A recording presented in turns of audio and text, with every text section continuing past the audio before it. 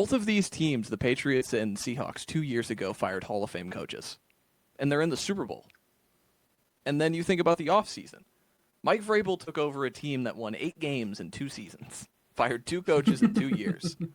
And then his free agency plan was, I'm just going to get a ton of guys that I like. Robert Spillane, Carlton Davis, goes and overpays for Milton Williams. And then Milton Williams ends up being like the sole reason they're in the Super Bowl because of the way he blew up that 4th down against the Broncos. And like them going over the top to say like, we're not going to lose this guy in a bidding war is pretty impressive. And then their draft is hilarious. It was just, let's just draft a bunch of guys to around Drake May. Let's go get Henderson. Let's go get Campbell. Let's get Jared Wilson, who's going to play left guard for us, even though he's a center. Kyle Williams, who hasn't really been also Stephon Diggs. Stephon Diggs is a player. Did any of us think Stephon Diggs was going to impact anything this season, let alone be the anchor of a Super Bowl pass catching unit? No. And then you get into that's just the Patriots side of like, oh, the Patriots do it again. And then the Seattle side, Seattle's even more impressive to me because they're in the toughest division you can make the argument for. And after one season, Mike McDonald won 10 games with Ryan Grubb and was like, oh, this sucks.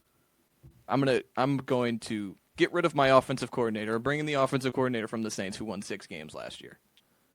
I'm going to trade my quarterback, Geno Smith, who most of us liked.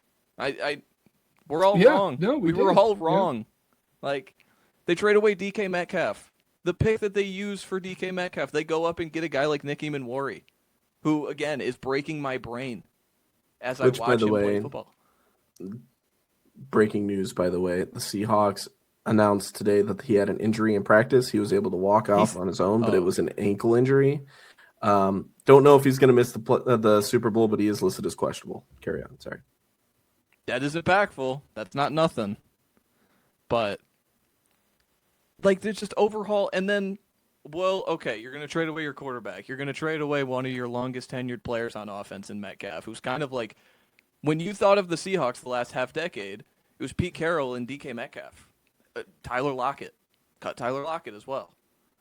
And they've just retooled this, and it's like, why not get Sam Darnold? Why not, JSN's good, but he's a slot guy. And then JSN becomes the closest thing I've seen to prime Antonio Brown. That just everything about this season. And